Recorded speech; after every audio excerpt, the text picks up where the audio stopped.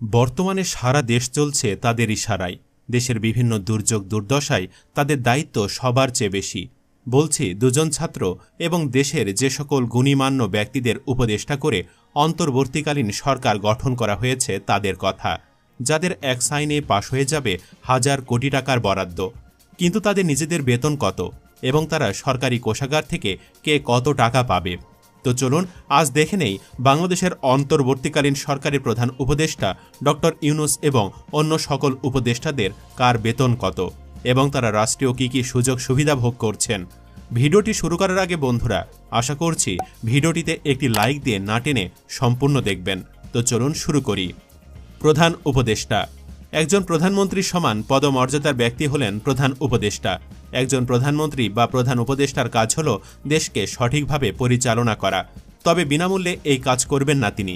এজন্য অন্য চাকুরিজীবীদের মতোই মাসের শেষে মাইনে পান বাংলাদেশের প্রধানমন্ত্রীরা, সেই সঙ্গে তিনি পান একাধিক সুবিধা।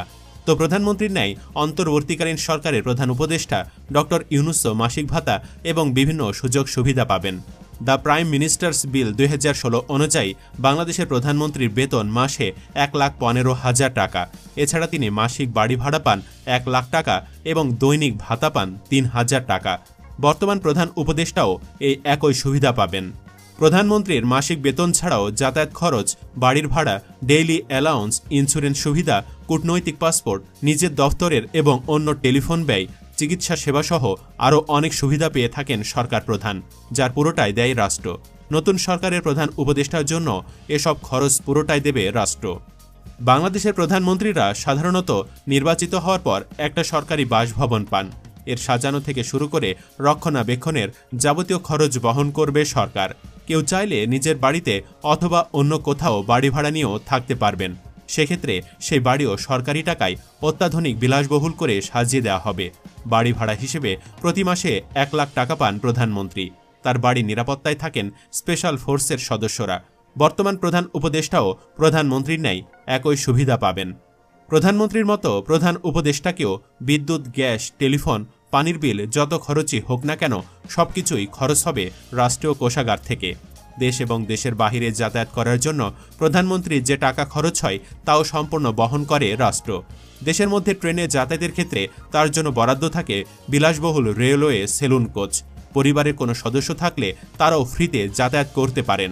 এছাড়াও বিমানে ভ্রমণে যে খরচ হয় তাও বহন করে রাষ্ট্র। আকাশপথে ভ্রমণের সময় রাষ্ট্রীয়ভাবে বাৎসরিক 25 লাখ টাকার ইন্স্যুরেন্স কাভারেজ পান বাংলাদেশের প্রধানমন্ত্রী। প্রধান উপদেষ্টাও একই সুবিধা পাবেন। এছাড়াও অন্তর্বর্তীকালীন সরকারের প্রধান উপদেষ্টা ডক্টর মোহাম্মদ ইউনূসের জন্য বরাদ্দ হয়েছে বিএমডব্লিউর অত্যাধুনিক সিরিজের একটি বিলাসবহুল গাড়ি। উপদেষ্টা। ছাত্রদের মাঝে থেকে বেছে নেওয়া ছাত্র আন্দোলনের কেন্দ্রীয় 2 সমন্বয়ক আসিফ এবং নাহিদ সহ বাকি সকল উপদেষ্টা নিয়ে অন্তর্বর্তীকালীন সরকার গঠিত হয়। একজন মন্ত্রীর সমান পদমর্যাদার ব্যক্তি হলেন উপদেষ্টা। একইভাবে মন্ত্রিসভার একজন পূর্ণমন্ত্রীর সমান বেতন ভাতা ও আনুষঙ্গিক সুযোগ সুবিধা পাবেন তত্ত্বাবধায়ক সরকারের একজন উপদেষ্টা। The minister of state and deputy ministers bill 2016 অনুযায়ী একজন মন্ত্রী বেতন পান মাসিক 1,05,000 টাকা। মন্ত্রী, প্রতিমন্ত্রী বা উপমন্ত্রী কাউকে তাদের বেতনের জন্য কোনো কর পরিশোধ করতে হয় না। সেক্ষেত্রে একজন উপদেষ্টাকেও রাষ্ট্র একই সুবিধা দেবে। সরকারের নিয়ম অনুযায়ী একজন মন্ত্রী দৈনিক ভাতা পান 2,000 টাকা, নিয়ামক ভাতা পান মাসে 10,000 টাকা, স্বেচ্ছাধীন তহবিল থাকবে 10 লাখ টাকা, মোবাইল ফোন কেনার জন্য 75,000 টাকা, সরকারি খরচে সার্বক্ষণিক গাড়ি পাবেন, ঢাকার বাহিরে অফিসিয়াল ট্যুরের জন্য অতিরিক্ত একটি জিপ গাড়ি পাবেন, যার যাবতীয় খরচ সরকার বহন করে। উপদেষ্টারাও একই সুবিধা পাবেন। উপদেষ্টারা সরকারি খরচে রেল ভ্রমণ ও বিদেশ ভ্রমণের খরচ পাবেন।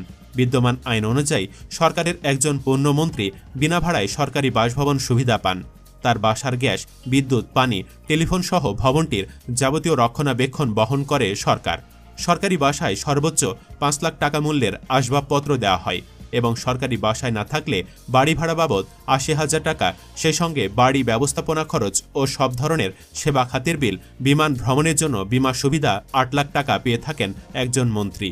এছাড়াও মন্ত্রীরা সার্বক্ষণিক নিরাপত্তা প্রহরী পান। বাসস্থান থেকে অফিস বা অফিস থেকে বাসস্থানে যাতায়াতের জন্য খরচ পান। নিজের এবং পরিবারের সদস্যদের ভ্রমণ খরচও পান তারা। এছাড়া অন্তত 2 জন গৃহকর্মীর ভ্রমণের খরচ পান একজন মন্ত্রী।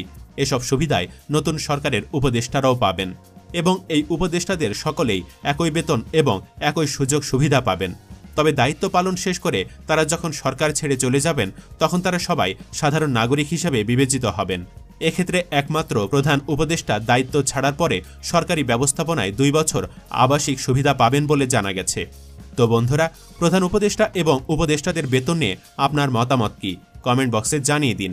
ভিডিওটি ভালো লাগলে শেয়ার করুন এবং চ্যানেলটিতে নতুন হয়ে থাকলে চ্যানেলটি সাবস্ক্রাইব করে বেল আইকনটি বাজিয়ে রাখুন। ধন্যবাদ।